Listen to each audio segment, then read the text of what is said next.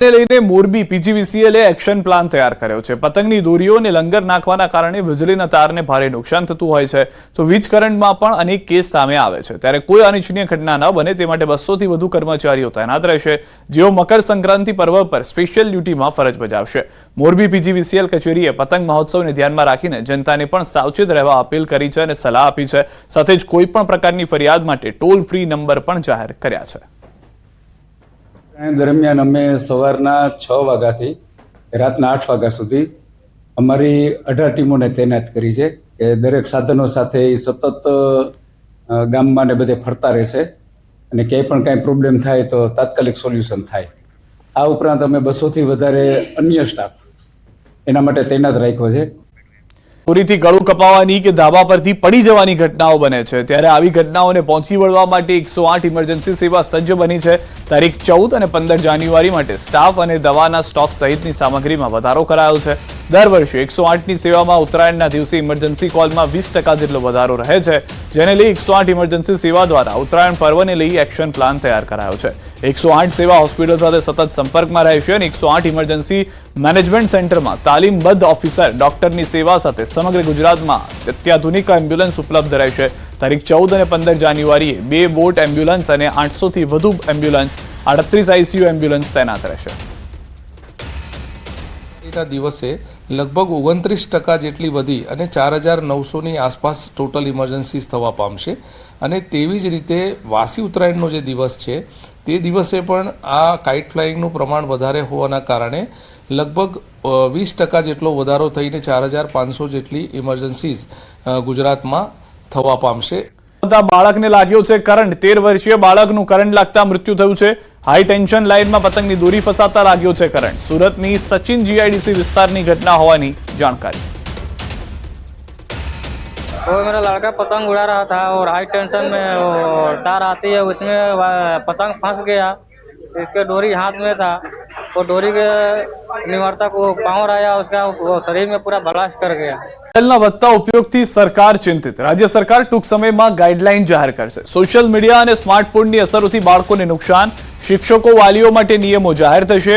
બાળકોમાં વાંચન અને રમતગમતનો વ્યાપ ઘટ્યો, બાળકોને ફોનથી દૂર રાખવા સરકારનો પ્રયાસ। હાલમાં મહત્વના અને મોટા સમાચાર મળી રહ્યા છે। રાજ્ય સરકાર તરફથી ટૂંક સમયમાં નવા નિયમ જાહેર થઈ શકે છે, જેમાં ગાઈડલાઈન જાહેર કરવામાં આવશે, કારણ કે સતત બાળકોની અંદર ફોનનો ઉપયોગ વધી રહ્યો છે। કેટલાક બાળકોને હમણાં ભૂતકાળમાં પણ આપણે જોયું કે જ્યારે માતા પિતા તરફથી ટકોર કરવામાં આવી તો આપઘાત સુધીના પગલાં ભરવાનો વારો આવ્યો છે બાળકોનો। તો આ તમામ જે એક તરફી પરિસ્થિતિ જોવા મળી રહી છે, ટીચર જે છે, શિક્ષકો જે છે, તેઓ માટે પણ આ નિયમ, આ ગાઈડલાઈન હોઈ શકે છે। વધુ માહિતી ન્યૂઝ 18 સંવાદદાતા સંધ્યા પાસેથી મેળવીશું। સંધ્યા, જે નવી ગાઈડલાઈન છે, શું મહત્વના મુદ્દાઓ હોઈ શકે છે આ ગાઈડલાઈનના? મહત્વની વાત એ જ છે કે જે બાળકો છે, ખાસ કરીને જે સ્માર્ટફોન અત્યારે બધાની પાસે આવી ગયા છે, પેરેન્ટ્સ પણ બાળકોને સ્માર્ટફોન આપી દે છે અને તેમાં સોશિયલ મીડિયાનો ઉપયોગ વધી ગયો છે અને જેના કારણે શિક્ષણ કાર્ય જે બાળકોનું હોય છે તે ડિસ્ટર્બ થઈ રહ્યું છે। જે ટ્રેક છે બાળકોનો એ ઓફ ટ્રેક થઈ રહ્યા છે, સોશિયલ મીડિયામાં વધારે થઈ રહ્યા છે, રીલ્સનું વળગણ વધી ગયું છે। આ સાથે એવા કન્ટેન્ટ પણ બાળકો જોઈ રહ્યા છે જેના કારણે તેમને માનસિક અસર પણ તેમને થઈ રહી છે, એટલે કે અવળી અસર થઈ રહી છે અને તેના કારણે જ હવે શિક્ષણ વિભાગે જાગવું પડ્યું છે અને શિક્ષણ વિભાગ અલર્ટ થયું છે અને દેશમાં સૌપ્રથમ કદાચ આવું હશે કે ગુજરાત સરકાર ટીચર, પેરેન્ટ્સ, બાળકો માટે આ ગાઈડલાઈન લાવશે અને સાયક્રેટિસ્ટ સાથે પણ વાત કરીને એક પરિપત્ર પણ આ અંગે તૈયાર કરવામાં આવશે, જેથી બાળકોનું શિક્ષણ કાર્ય ન બગડે, પેરેન્ટ્સ પણ ચિંતા મુક્ત રહી અને બાળકોને યોગ્ય શિક્ષણ આપી શકે। આ સાથે શિક્ષકોએ કઈ રીતે આ ગાઈડલાઈનનું પાલન કરવું તેને લઈને પણ વિચાર વિમર્શ આ અંગે થઈ રહ્યો છે। સંધ્યા, ભૂતકાળમાં પણ આપણે જોયું, હાલમાં જે કિસ્સાઓ બન્યા, મા બાપે ટકોર કરી મોબાઈલ ન જોવાને લઈને અથવા મોબાઈલનો ઉપયોગને લઈને આપઘાત સુધીના પગલાં ભર્યા છે, એ પણ એક મુખ્ય કારણ આમાં જોવા મળી રહ્યું છે। બિલકુલ, અને છેલ્લા દિવસોમાં આપણે રિપોર્ટ પણ બતાવ્યો હતો આપઘાતના કિસ્સા, આ સાથે આંખો જઈ રહી છે। મોટી વાત અહીંયા એ છે કે બ્લાઇન્ડનેસ જે છે તે બાળકોની વધી રહી છે, એટલે આવનારો સમય કદાચ જો આપણે વધારે ફોન ઉપર રહીએ, સોશિયલ મીડિયા પર રહીએ તો માનસિક રીતે તો ડિસ્ટર્બ થઈ જ રહ્યા છે બાળકો, પરંતુ આંખો પણ ગુમાવવાનો વારો આવી શકે છે અને જીવ પણ ગુમાવી રહ્યા છે। એટલે આવા બધા જે કિસ્સા આવ્યા છે જેને લઈને જે શિક્ષણ વિભાગ અલર્ટ બન્યું છે અને અત્યારે તો એવું છે કે સોશિયલ મીડિયાના ઉપયોગથી દર 10માંથી 6 યુવાનોની સ્લીપ પેટર્ન પણ પરેશાન થઈ ગઈ છે, એટલે કે લેટ સૂવાનું નાના બાળકો પણ હવે, કારણ કે મોડા સૂવે છે તો પછી બીજા દિવસે તેઓ સ્કૂલ પણ નથી જઈ શકતા, શિક્ષણ કાર્ય તેઓનું ડિસ્ટર્બ થાય છે. એટલે આવા ઘણા બધા સીધા કારણો છે ને જેના કારણે હવે જો શિક્ષણ વિભાગ જ ન જી આભાર સંધ્યા સમગ્ર માહિતી બદલ. અટાજી સમાચાર. દિયોદરમાં વિરોધ યથાવત. ઓગળ જિલ્લાની માંગ મુદ્દે બાર એસોસિએશનનો ટેકો જાહેર. દિયોદર બાર એસોસિએશને ટેકો જાહેર કર્યો. દિયોદર આરામગૃહ આગળ ધરણામાં વકીલ મંડળ પણ જોડાયું છે. સતત 3 દિવસે બાર એસોસિએશન મંડળે આવેદનપત્ર આપી ધરણામાં જોડાયા હોવાની જાણકારી. દિયોદર માંગે ઓગળ જિલ્લોના નારા સાથે બાર એસોસિએશનનું સમર્થન. બનાસકાંઠા દિયોદર બાર એસોસિએશને કર્યો છે ટેકો જાહેર. ઓગળ જિલ્લાની માંગને લઈને સમગ્ર બાર એસોસિએશન વકીલ મંડળ પહોંચ્યું છે ધરણા સ્થળ. પણ દિયોદર આરામ ગૃહ પર ધરણા જોવા મળી રહ્યા છે. વકીલ મંડળ પણ જોડાયું છે. મહત્વના સમાચાર. ગાંધીનગરથી પીટીસી ટેટ 1 પાસ ઉમેદવારોની રેલી. ધોરણ 1 થી 5માં ભરતી વધારવા માટે માંગ. 1 થી 5માં 17,000 જગ્યા ખાલી છે. સરકારે માત્ર 5,000ની ભરતી બહાર પાડી છે. 1 થી 5માં 50% જગ્યા પર ભરતીની માંગ કરવામાં આવી રહી છે. કે ધોરણ 1 થી 5 જે પાયાનું શિક્ષણ છે એમાં હાલ આરટીઆઈની માહિતી મુજબ 17,000 જેવી જગ્યા ખાલી છે અને બીજા 1,799 શિક્ષકો 2 મહિના પહેલા જ રિટાયર થયેલા છે. એટલે કે ધોરણ 1 થી 5માં 18,000 કરતાં પણ વધારે જગ્યા ખાલી છે. સાગર પટેલના આરોપ પર કાજલ મહેરિયાનું નિવેદન. સાગર પટેલના આરોપ હું નકારું છું. આ વાત સાબિત કરે તો ગાવાનું છોડવા તૈયાર. ઉમિયા માતા અને પાટીદાર વિશે હું બોલી નથી. ઉઘાડા પગે ઊંઝા જઈ દીવો ઉપાડવા તૈયાર. આગેવાનોની હાજરીમાં સાબિતી આપવા પણ તૈયાર તેવું પણ કાજલે કહ્યું છે. હું મારા ઘરેથી ચપ્પલ વિના ચાલતી ઉમિયામાએ જઈ અને ઉમિયા માતાજીના દીવો ઉપાડી દીવા પર હાથ મૂકી મારા ભાઈને વિનંતી કરું છું કે જે સમયે અને જે તારીખ આપું એ દિવસે ઉમિયા માતાજીના મંદિર પાટીદાર સમાજના આગેવાનોની હાજરીમાં પાટીદાર સમાજ જે પણ કહેશે એ માટે હું સાબિતી આપવા માટે તૈયાર છું અને તૈયાર જ રહીશ. બે ગુજરાતી કલાકારોનો કકળાટ. કાજલ મહેરિયા અને સાગર પટેલ આમને સામને. કાજલ મહેરિયાએ પાટીદારના કુલદેવનું અપમાન કર્યાનો આરોપ. કાજલ મહેરિયા પર સાગર પટેલના ગંભીર આરોપ. માં ઉમિયા માટે અપશબ્દો બોલ્યા મહેરિયાએ તેવું કહ્યું છે સાગર પટેલે. તો દ્વારકાના કાર્યક્રમમાં અપશબ્દો બોલ્યા હોવાનો સાગર પટેલનો દાવો છે. આખા પાટીદારોનો સવાલ હોવાની પણ વાત સાગર પટેલે કરી છે. મને અને માતાજીને અપશબ્દો બોલ્યાની વાત પણ સાગર તરફથી દાવા સાથે કહેવામાં આવી છે. કાજલ મહેરિયાને સ્ટેજ પર ન ચડવા દેતા તેવી પણ અપીલ કરી છે. મારી માતાજી વિશે, મારી ઉમિયામાં વિશે ખોટું બોલી, મને એવું બોલ્યા કે હું આ વિડીયોના માધ્યમથી નહીં બોલી શકું. મિત્રો, મારા ભાઈઓ, મારા સમાજને હું વિનંતી કરું છું કે આ બેન પહેલા પણ એકવાર માતાજીને ગાળો દીધેલી છે. આ બેનને પણ એમનું અંગત મેટર હશે, એમાં આપણે પડવા નહીં માગતા. પણ આજે માં જગદંબા ઉમિયાનો સવાલ છે. આવા બેન કે જે આપણા સમાજનો ઉમિયા માતાજીના ભગતને આવું જો કોનમાં બોલી જતા હોય તો તમે તમારા ગામમાં એમને પ્રોગ્રામ કદી ન કરવા દેતા, તમારા ગામમાં ન આવવા દેતા અને લખાયેલો હોય તોય કેન્સલ કરજો. મારો સમાજ, મારો પાટીદાર સમાજ, મારા ઉત્તર ગુજરાતનો, મારા સૌરાષ્ટ્રનો આખો પાટીદાર સમાજ, મારા લેવા કડવા પટેલ બધા ભાઈઓ ભેગા થઈને અને આ બેનને કોઈ દર સ્ટેજ ઉપર ન ચડવા દેતા. પોલીસે આંતરરાજ્ય ઘરફોડ ચોરી કરતા 2 આરોપીઓને ઝડપી પાડ્યા છે. જરાંડુથી જાલોદ જતા રસ્તા પરથી પોલીસે 2 આરોપીઓને દબોચી લીધા છે. પેટ્રોલિંગ દરમિયાન મળેલ બાતમીના આધારે પોલીસે 2 આરોપીને ઝડપી પાડ્યા. ડાંગ જિલ્લાના 3 અને મહારાષ્ટ્રના 1 ગુનામાં સંકળાયેલા હોવાની માહિતી પોલીસના હાથે લાગી છે. પોલીસે કુલ 1,33,500નો મુદ્દામાલ જપ્ત કર્યો છે, જેમાં 1 મોટરસાયકલ પણ છે. પૂછપરછ દરમિયાન ગલ્લા તલ્લા કરતા હોય જેથી શંકાસ્પદ લાગતા વધુ પૂછપરછ કરતા આ ઈસમોએ અગાઉ ડાંગ જિલ્લામાં તેમજ મહારાષ્ટ્રમાં પણ ચોરીઓ કરેલાનું જણાવેલું, જેથી તેઓ પાસેથી મળી આવેલ મુદ્દામાલ બાબતે કાયદેસર કાર્યવાહી કરવામાં આવેલી છે. કારમાંથી ચોરી કરતી આંતરરાજ્ય તિરચી ગેંગ ઝડપાઈ છે. ચોરીના અનેક ગુનાઓમાં સંકળાયેલી ગેંગને પકડવામાં ક્રાઇમ બ્રાન્ચને મોટી સફળતા મળી છે.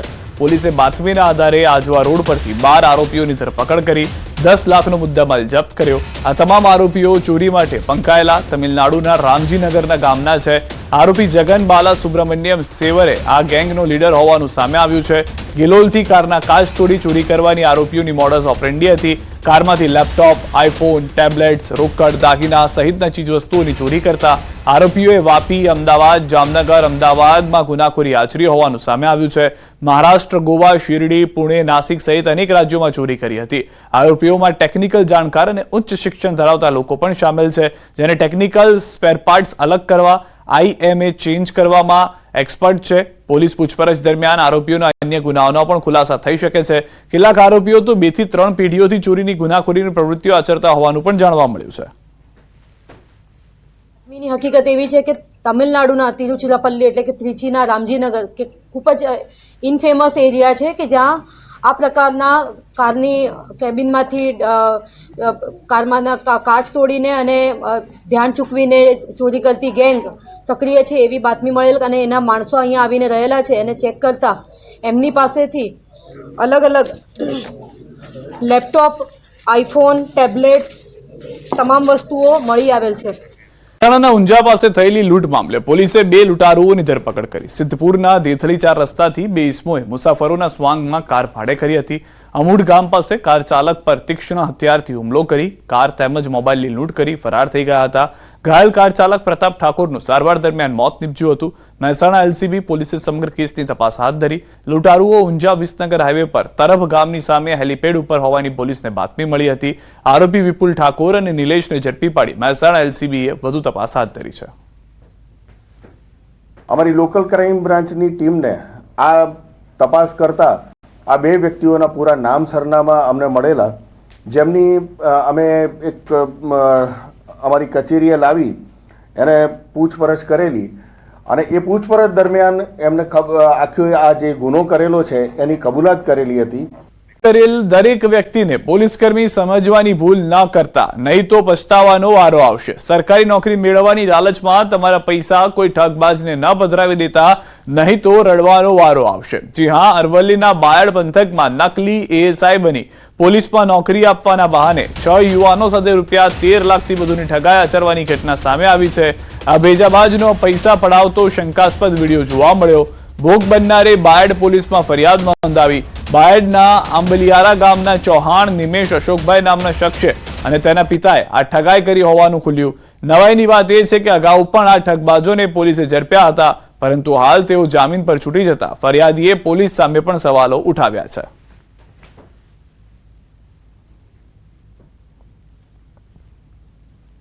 એસઆઈની વર્દીમાં હતો અને તેમજ એની એકેડમીની વાત કરેલી. વિવેકાનંદ એકેડમીનું અમારી ચાલે છે, તેમજ તમારે એડમિશન લેવું હોય તો થઈ જશે. તેમજ રહેવાની સગવડ, રહેવાની જમવાની સગવડ તેમજ લેખિતની પરીક્ષા તમામની તૈયારી થઈ જશે અને નોકરી ન લાગે ત્યાં સુધી 5 લાખ ભરવાનું રહેશે, જેમાં એડમિશન ફી 1 લાખ માંગેલી.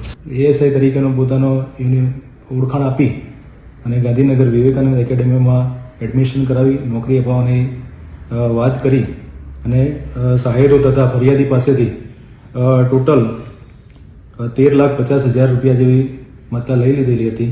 જે બાબતે ફરિયાદીએ બાયડ પોલીસને ફરિયાદ આપતા આરોપીની ધરપકડ કરેલી. બંને આરોપીની ધરપકડ કરી.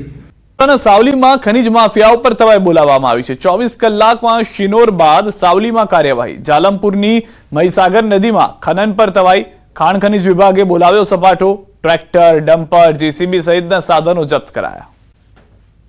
સાવજના ધામમાં ગારિયાધારના મહેસણકામાં આવી ચડ્યા સિંહ. સિંહના આટાફેરા CCTVમાં કેદ થયા. રામજી મંદિર વિસ્તારમાં સિંહની લટાર. શિકારની શોધમાં સિંહ ગામમાં ઘૂસ્યા. વિડીયો સોશિયલ મીડિયામાં વાયરલ થયો છે.